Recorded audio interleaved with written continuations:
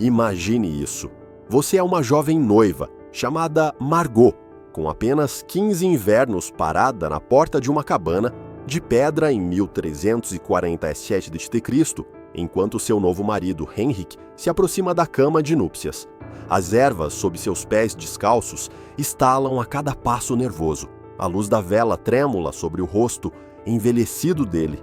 Ele tem quase o dobro da sua idade, escolhido por seu pai, por causa de seus 3 porcos e meio acre de cevada. Suas mãos tremem enquanto você segura o turno de lã rústico que sua mãe costurou para essa noite, o mesmo que ela usou, e a mãe dela antes. Pelas paredes finas, você ouve os amigos dele lá fora, bêbados de cerveja, gritando incentivos grosseiros e batendo em panelas com colheres de madeira. Eles não irão embora até ouvirem a prova da consumação. Sua respiração vem em golfadas curtas, enquanto os dedos calejados de Henrik alcançam o cordão de couro em seu pescoço.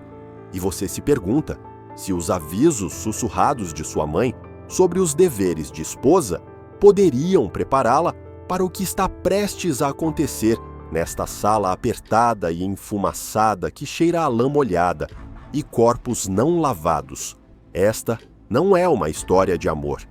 Esta é a realidade da intimidade medieval, um mundo onde as práticas sexuais eram moldadas por superstições, terror religioso e instintos de sobrevivência que pareceriam completamente estranhos à nossa compreensão moderna de romantismo e desejo.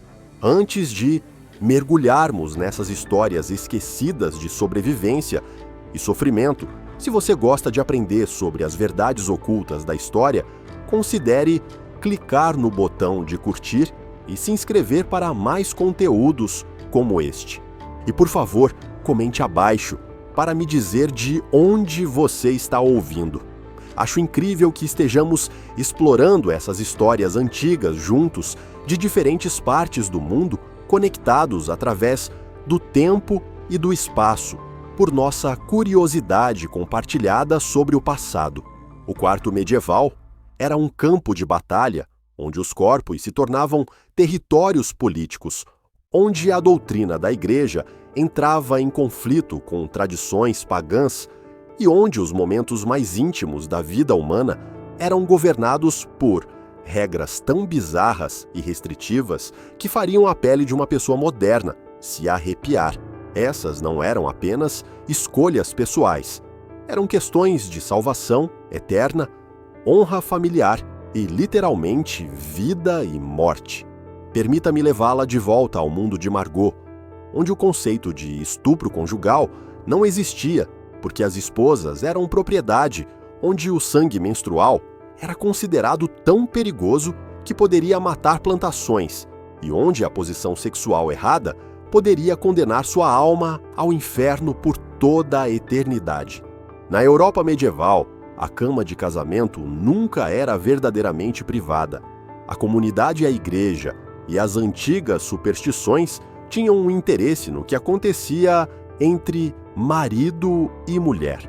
Quando Margot se casou com Henrik naquele outono de 1347 d.C., a união deles não foi celebrada com champanhe e dança. Era uma transação comercial selada com fluidos corporais, testemunhada pelos vizinhos que tinham todo o direito de exigir prova da consumação. O ritual da noite de núpcias começava muito antes do casal se tocar. Primeiro vinha a cerimônia de cama, onde os convidados do casamento literalmente arrastavam os noivos para o quarto, despiam-nos enquanto cantavam músicas obscenas, e depois ficavam do lado de fora da porta, ouvindo os sons que confirmariam que o casamento era legalmente válido. Os amigos de Henrik não iriam embora até ouvirem os gritos de dor de Margot, prova de que seu ímen havia sido rompido e o casamento consumado. Mas aqui é onde a intimidade medieval fica verdadeiramente bizarra. A igreja ensinava que até mesmo casais casados poderiam cometer pecados mortais em suas próprias camas. São Jerônimo, escrevendo no século IV d.C., declarou que um homem que ama sua esposa com demasiado ardor é um adúltero. Os pais da igreja acreditavam que o prazer excessivo, mesmo dentro do casamento, era uma corrupção da alma. Isso não era apenas teoria teológica, moldava todos os aspectos da prática sexual medieval. Tomás de Aquino, o grande teólogo medieval, estabeleceu regras explícitas para casais casados em sua Suma Teológica. Por volta de 1265 d.C., a relação sexual só era aceitável em certos dias da semana, durante certas estações e em uma posição específica, homem por cima, mulher por baixo, face a face. Qualquer desvio era considerado contra a natureza e, portanto, pecaminoso. Sexo oral era totalmente proibido, assim como o sexo durante a menstruação, gravidez ou a amamentação. A igreja calculava que, se todas essas regras fossem seguidas, os casais casados só poderiam fazer sexo cerca de 50 dias por ano. Margot teria aprendido essas regras com sua mãe, que as aprendeu com o padre da vila durante a confissão. O peso da danação eterna pairava sobre cada momento íntimo.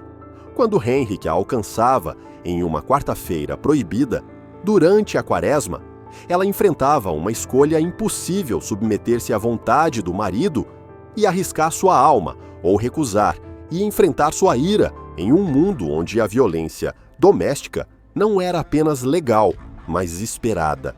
A compreensão medieval da sexualidade feminina era baseada em mal-entendidos fundamentais que persistiriam por séculos. Textos médicos da época, influenciados por fontes gregas e romanas antigas, ensinavam que as mulheres eram essencialmente homens defeituosos.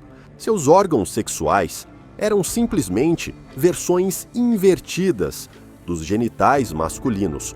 A vagina era considerada um pênis invertido e os ovários eram testículos internos. Isso não era mera ignorância, era conhecimento médico codificado, ensinado em universidades por toda a Europa. Essas crenças tinham consequências profundas para a forma como as pessoas medievais entendiam o desejo e o prazer femininos. O médico Constantino, o africano, escrevendo no século I d.C., afirmava que as mulheres experimentavam o prazer sexual de maneira diferente dos homens. Elas precisavam de estimulação prolongada e múltiplos clímax para conceber. Isso levou à crença médica bizarra de que o estupro não poderia resultar em gravidez porque a mulher não poderia alcançar o prazer necessário. Se uma mulher ficasse grávida após um ataque sexual, os tribunais medievais muitas vezes consideravam isso como evidência de que ela havia gostado da experiência e, portanto, era parcialmente responsável. A mãe de Margot poderia tê-la alertado sobre o útero errante, uma condição que os médicos medievais acreditavam que poderia causar histeria, loucura e até a morte. Eles pensavam que o útero poderia, literalmente, se mover dentro do corpo de uma mulher, subindo para estrangular seu coração ou descendo para escapar pela vagina. Os tratamentos incluíam fumigar a vagina com odores agradáveis para atrair o útero de volta ao lugar ou aplicar substâncias fétidas no nariz para afastá-lo para baixo.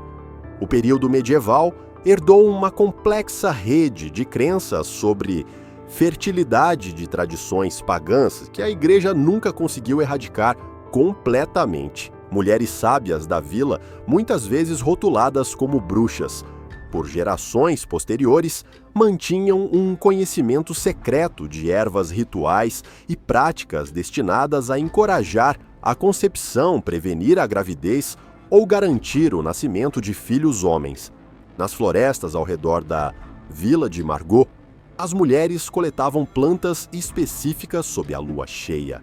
Pennyroyal e Tansy eram transformados em chás que poderiam prevenir a gravidez, embora a dose entre contracepção e morte fosse perigosamente pequena.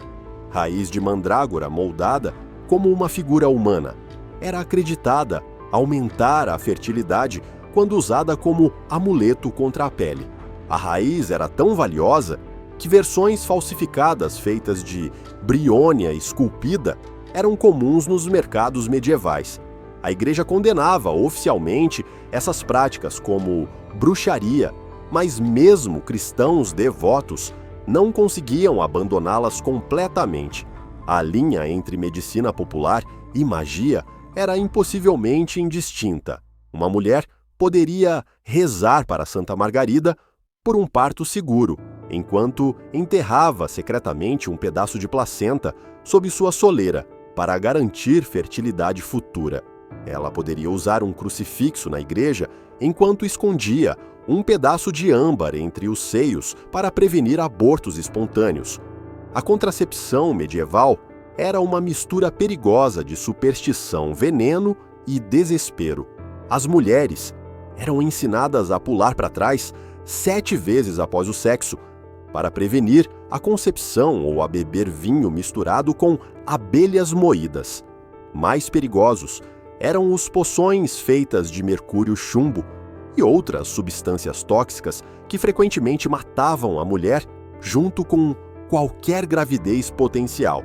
As consequências de uma gravidez indesejada eram severas.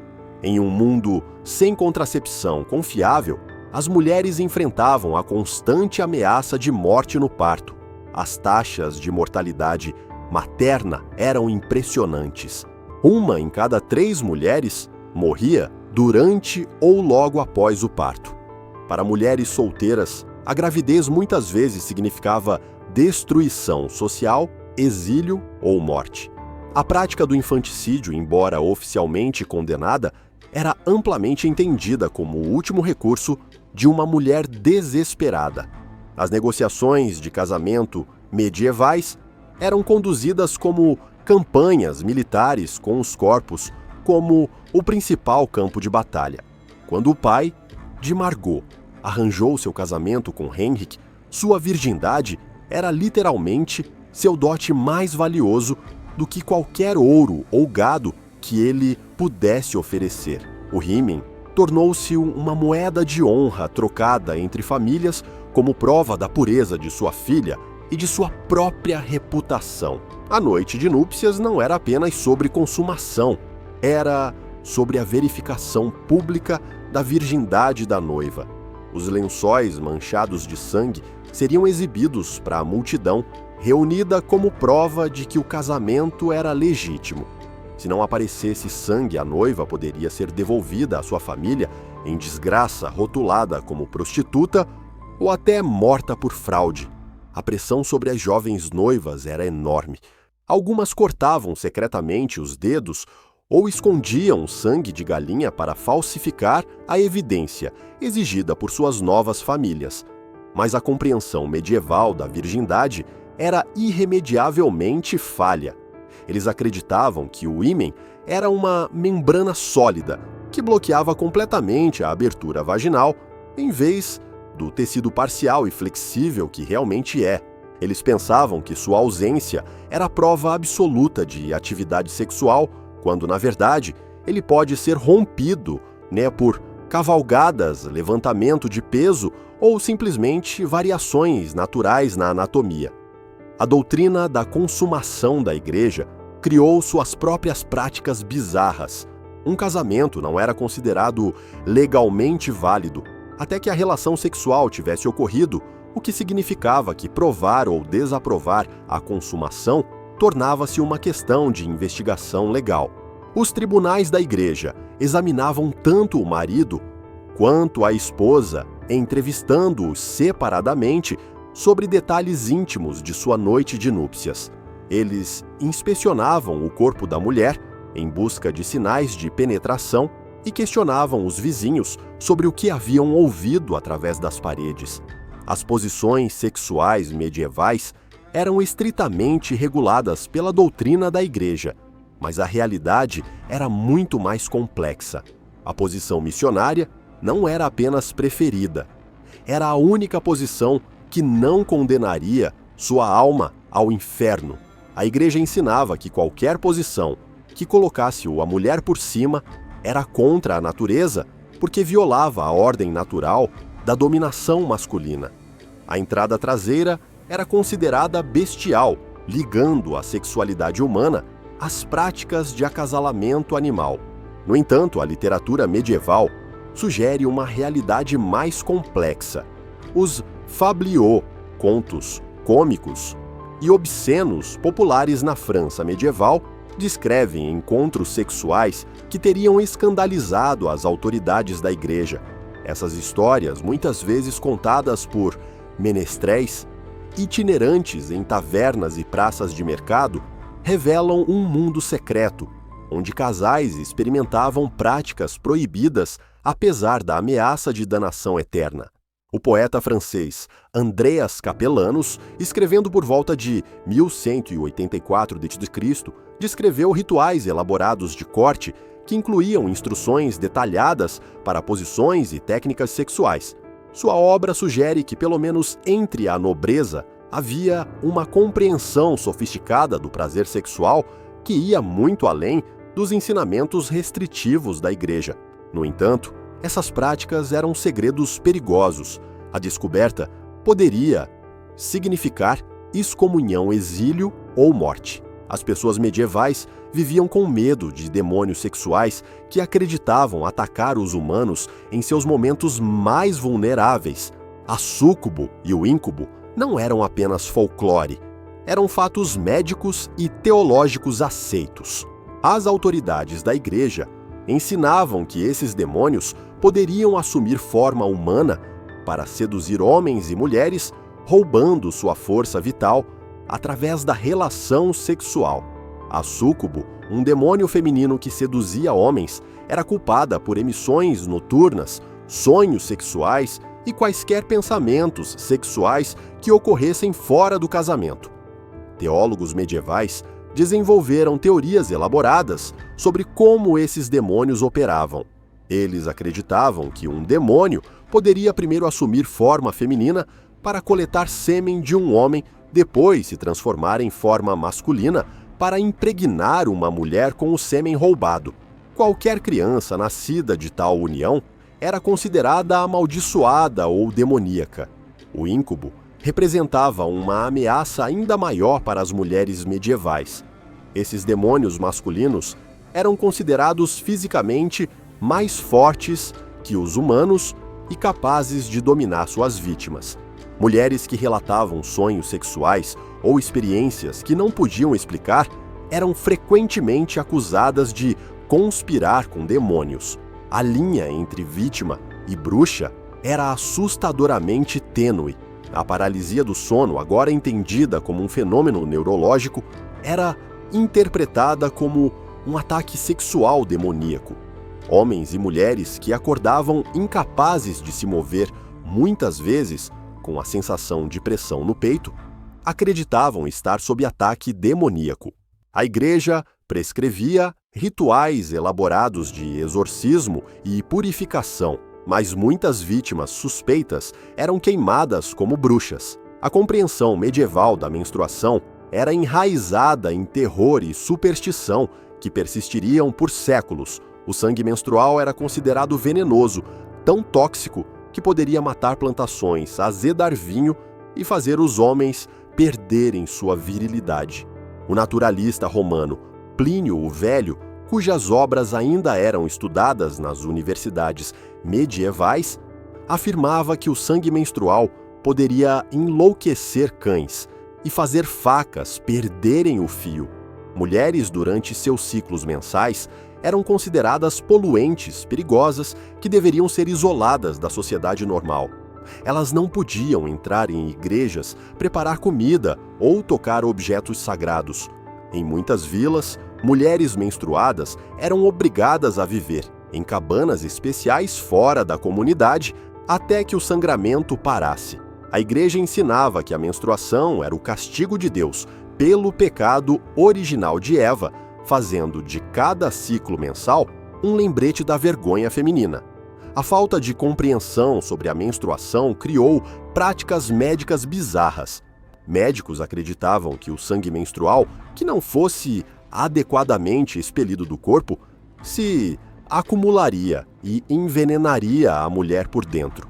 Eles prescreviam sangrias purgações e outros tratamentos perigosos para equilibrar os humores femininos. Alguns médicos recomendavam a relação sexual como cura para distúrbios menstruais, acreditando que o sêmen masculino poderia neutralizar os efeitos tóxicos do sangue menstrual.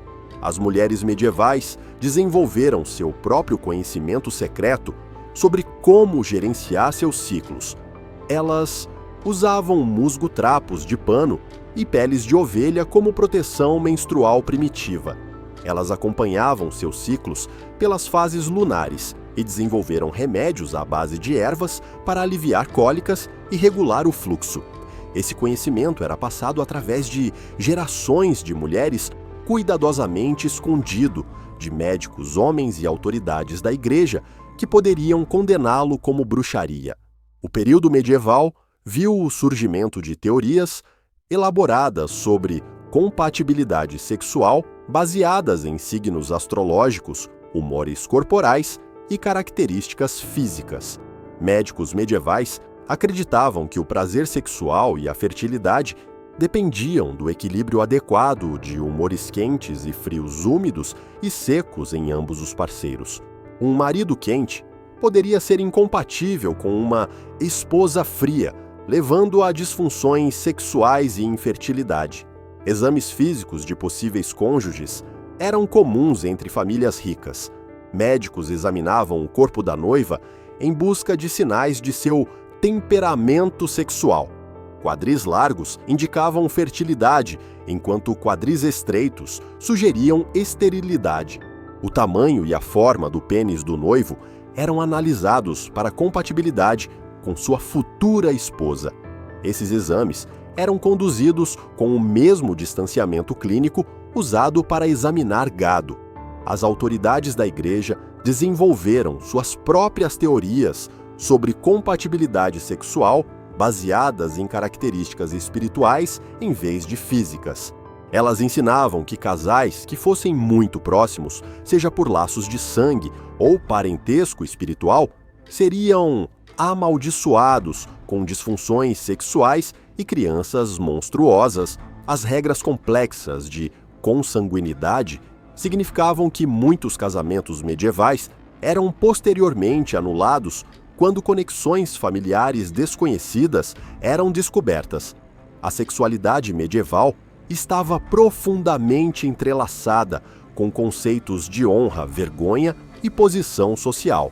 A proeza sexual de um homem estava diretamente ligada à sua reputação como guerreiro e líder.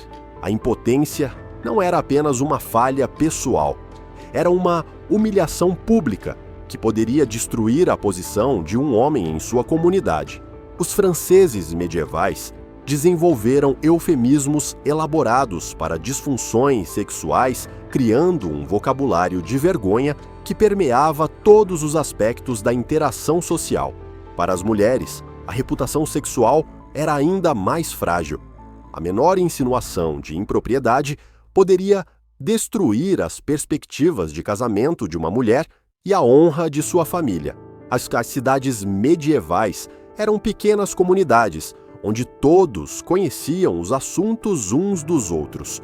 Uma mulher vista conversando com um homem que não fosse seu marido ou parente poderia ser rotulada como prostituta. Os padrões de comportamento feminino eram tão restritivos que mesmo mulheres casadas viviam com medo constante de fofocas e acusações. O sistema legal medieval refletia essas ansiedades sexuais em seu tratamento de estupro, adultério e agressão sexual. O estupro não era definido como um crime contra a mulher, mas como um crime contra o homem que a possuía, seu pai, marido ou senhor. A punição por estupro variava dramaticamente, dependendo do status social, tanto da vítima quanto do perpetrador. Um nobre que estuprasse uma camponesa poderia pagar uma pequena multa, enquanto um camponês que estuprasse uma mulher nobre enfrentaria tortura e morte. O adultério era punido ainda mais severamente, mas apenas para as mulheres. Uma mulher casada que tivesse relações sexuais com qualquer homem que não fosse seu marido poderia ser morta por ele sem consequências legais.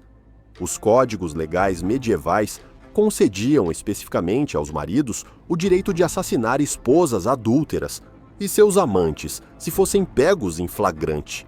Os homens, no entanto, eram geralmente livres para ter relações sexuais com mulheres solteiras, prostitutas ou suas próprias criadas sem consequências legais. O período medieval viu o desenvolvimento de rituais elaborados de corte que influenciariam a cultura europeia por séculos. A tradição do amor cortês, popularizada na poesia dos trovadores, criou um mundo paralelo onde o desejo sexual era elevado a uma busca espiritual.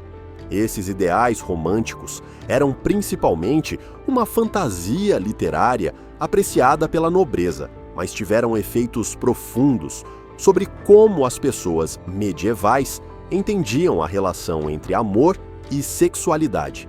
A tradição do amor cortês ensinava que o verdadeiro amor só poderia existir fora do casamento. A devoção de um cavaleiro à sua dama deveria permanecer eternamente não consumada, existindo em um estado de desejo constante que purificava a alma através do sofrimento. Isso criou uma divisão bizarra entre a sexualidade conjugal, que era puramente funcional, e o amor romântico, que era puramente espiritual. A realidade do corte medieval era muito mais pragmática. Entre os camponeses, os jovens poderiam ter alguma escolha nos parceiros de casamento, mas as considerações econômicas sempre tinham precedência sobre as preferências pessoais. Uma garota da vila poderia preferir o filho do ferreiro, mas se o moleiro oferecesse melhores termos ao seu pai, ela se veria casada com um homem que mal conhecia.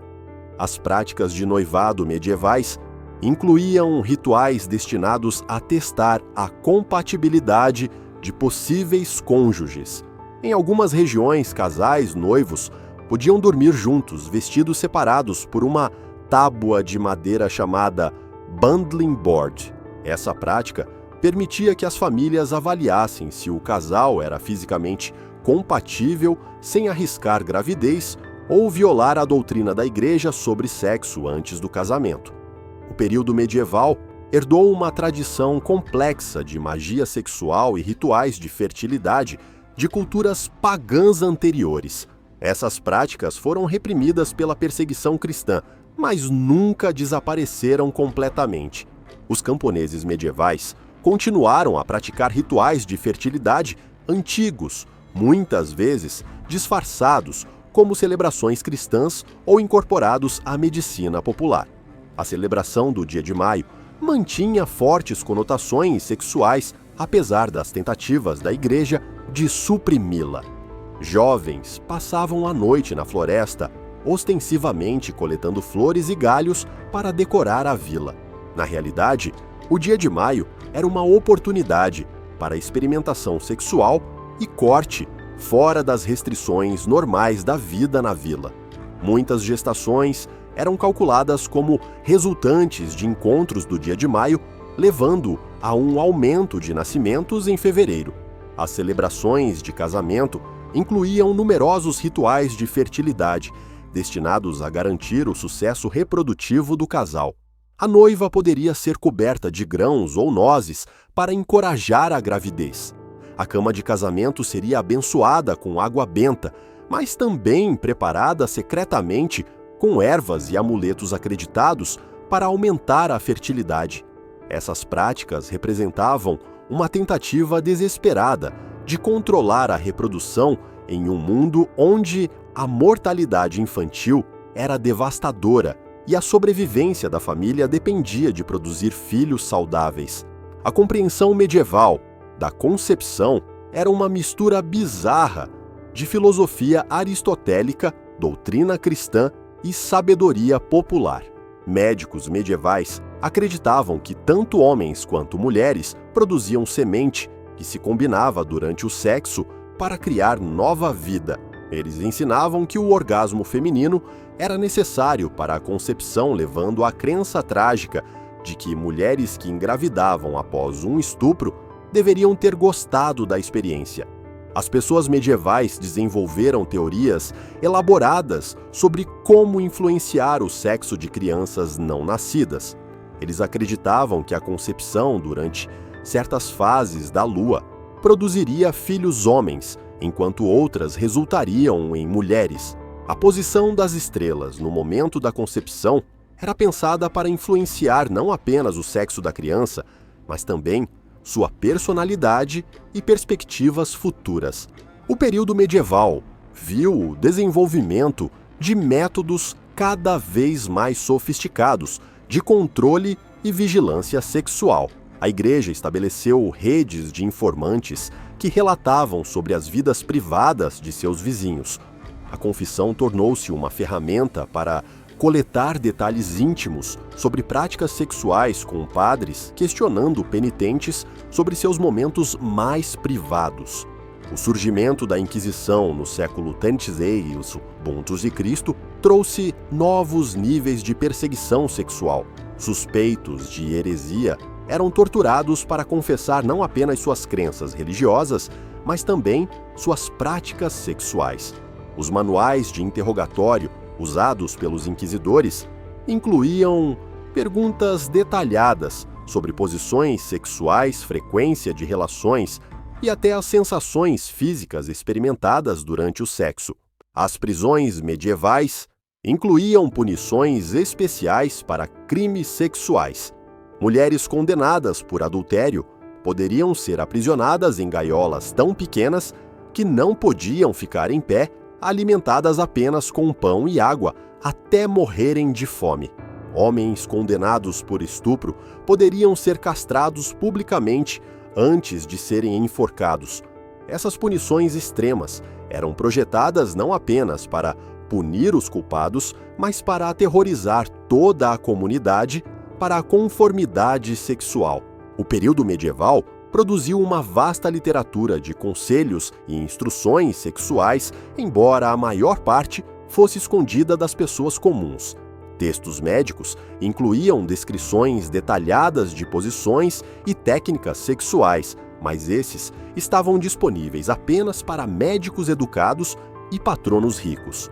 A pessoa medieval média aprendia sobre sexo através de conversas sussurradas, canções populares e a amarga experiência de tentativa e erro. A Igreja produziu sua própria literatura sexual, mas estava principalmente preocupada em catalogar pecados em vez de fornecer orientação positiva.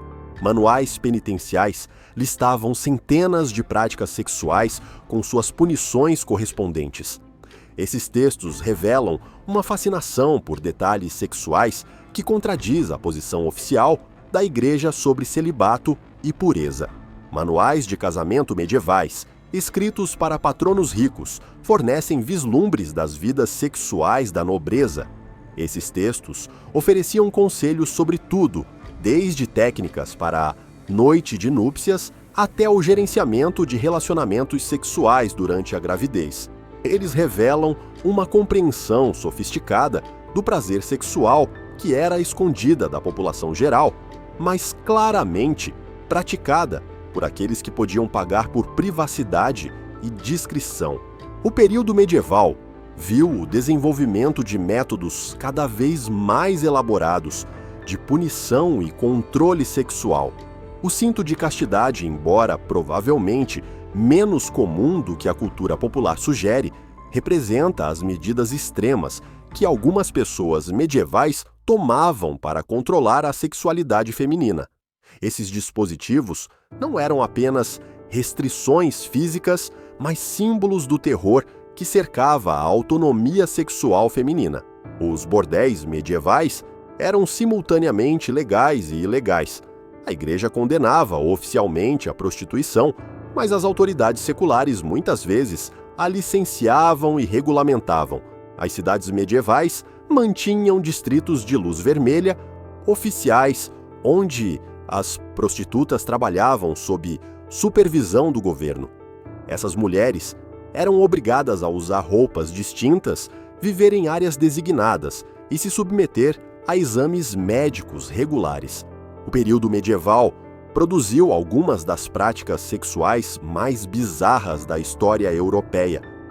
O droit du seigneur, ou direito da primeira noite, supostamente dava aos senhores feudais o direito de fazer sexo com as noivas camponesas em sua noite de núpcias. Embora os historiadores debatam se essa prática realmente existiu, a mera possibilidade revela a completa vulnerabilidade sexual das mulheres camponesas medievais. As pessoas medievais acreditavam que as práticas sexuais poderiam influenciar tudo, desde o clima até o sucesso de campanhas militares. Reis e nobres consultavam astrólogos sobre os melhores momentos para a relação sexual, acreditando que as forças cósmicas presentes na concepção influenciariam o destino de seus filhos. Comandantes de exércitos poderiam ordenar que seus soldados se abstivessem de sexo antes da batalha, acreditando que a atividade sexual drenaria seu vigor marcial. O período medieval viu o desenvolvimento de métodos cada vez mais sofisticados de vigilância e controle sexual. As comunidades das vilas desenvolveram sistemas elaborados de pressão social projetados para regular o comportamento sexual. Jovens raramente eram deixados sozinhos juntos, e casais casados eram esperados para conduzir suas vidas íntimas de acordo com os padrões da comunidade. A compreensão medieval do prazer sexual era profundamente influenciada pelos ensinamentos religiosos sobre a natureza da alma e do corpo. A Igreja ensinava que o prazer sexual era uma armadilha montada pelo diabo para afastar os humanos da contemplação espiritual. Mesmo dentro do casamento, o prazer excessivo da relação sexual era considerado um pecado que poderia condenar a alma ao inferno. As pessoas medievais desenvolveram técnicas elaboradas para gerenciar o desejo sexual e controlar seus corpos. Jejum, banhos frios e mortificação física eram usados para suprimir impulsos sexuais. Jovens eram ensinados a evitar situações que poderiam levar à excitação sexual, incluindo certos alimentos, música e formas de entretenimento. O período medieval produziu uma vasta cultura subterrânea de transgressão e rebelião sexual. Apesar das tentativas da Igreja de controlar a sexualidade humana, as pessoas medievais encontraram maneiras de expressar seus desejos e buscar prazer. Esse mundo secreto de rebelião sexual existia ao lado da cultura oficial de repressão e controle. A sexualidade medieval era moldada por considerações práticas que as pessoas modernas raramente consideram. A falta de privacidade nas casas medievais significava que a relação sexual muitas vezes ocorria em espaços compartilhados com crianças, criados e membros da família extensa.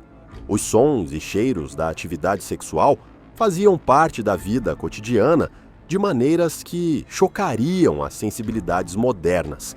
O período medieval viu o desenvolvimento de relações cada vez mais complexas entre sexualidade e classe social. Os privilégios sexuais da nobreza faziam parte de seu padrão mais amplo de dominação social. Lordes e damas tinham acesso a quartos privados, alimentos exóticos e tempo de lazer que lhes permitiam explorar o prazer sexual de maneiras que eram impossíveis para os camponeses. O casamento medieval era, em última análise, sobre sobrevivência, em vez de amor ou satisfação sexual. Em um mundo onde a expectativa de vida era curta e a mortalidade infantil era alta, o principal propósito do casamento era produzir filhos que pudessem continuar o nome da família e trabalhar a terra. O prazer sexual era uma consideração secundária na melhor das hipóteses e muitas vezes visto como uma distração perigosa de preocupações mais importantes. O período medieval produziu algumas das práticas sexuais mais restritivas da história europeia, mas também viu o desenvolvimento de formas sofisticadas de resistência e rebelião sexual. As pessoas medievais encontraram maneiras de buscar prazer e expressar seus desejos, apesar da enorme pressão social para se conformar às expectativas religiosas e sociais. Ao voltarmos para Margot, em sua cabana de pedra, com as mãos de Henrik ainda alcançando-a, a luz tremeluzente da vela, podemos entender seu terror não apenas como medo pessoal, mas como o peso das ansiedades sexuais de toda uma cultura pressionando seus jovens ombros. Ela carrega o fardo da doutrina religiosa, da honra familiar, da vigilância comunitária e de seu próprio desejo desesperado por sobrevivência em um mundo que não lhe oferece proteção. O período medieval nos lembra que a sexualidade humana sempre foi moldada por poder, medo e controle social. As práticas e crenças bizarras das pessoas medievais parecem estranhas para nós agora, mas surgiram das mesmas necessidades e desejos humanos fundamentais que impulsionam o comportamento sexual em todas as eras. Compreender a sexualidade medieval nos ajuda a reconhecer como nossa própria cultura sexual reflete as estruturas de poder e ansiedade sociais de nosso tempo. A intimidade medieval nunca foi verdadeiramente íntima. Era sempre pública, sempre política, sempre perigosa. O quarto era um campo de batalha, onde almas eram ganhas e perdidas, onde a honra familiar era defendida ou destruída, onde os momentos mais privados da vida humana eram governados por regras que pareciam projetadas para eliminar o prazer e maximizar o sofrimento. O período medieval produziu algumas das práticas sexuais mais restritivas da história europeia, mas também revela a incrível resiliência do desejo sexual humano. Apesar de séculos de perseguição religiosa, controle social e punição legal, as pessoas medievais encontraram maneiras de buscar amor, prazer e conexão íntima. Suas histórias nos lembram que a sexualidade é um dos aspectos mais fundamentais da experiência humana, poderosa demais para ser completamente controlada por qualquer sistema de autoridade. As práticas sexuais estranhas e muitas vezes perturbadoras da Europa medieval não foram simplesmente o resultado de ignorância ou superstição. Elas surgiram de uma interação complexa de doutrina religiosa e estrutura social, necessidade econômica e genuína necessidade humana. Compreender essas práticas nos ajuda a apreciar o quão longe chegamos e quantas das mesmas tensões subjacentes continuam a moldar a sexualidade humana hoje. No final, o período medieval nos ensina que a sexualidade é sempre política, sempre perigosa e sempre essencial para a experiência humana. As práticas íntimas bizarras das pessoas medievais foram suas tentativas de navegar essas tensões eternas entre desejo e controle, prazer e perigo, amor e sobrevivência. Suas lutas nos lembram que a busca pela liberdade sexual e pela intimidade autêntica não é uma invenção moderna, mas uma aspiração humana antiga que transcende qualquer momento histórico particular. A luz da vela, ainda trêmula sobre o rosto envelhecido de Henrik, enquanto ele alcança a jovem Margot.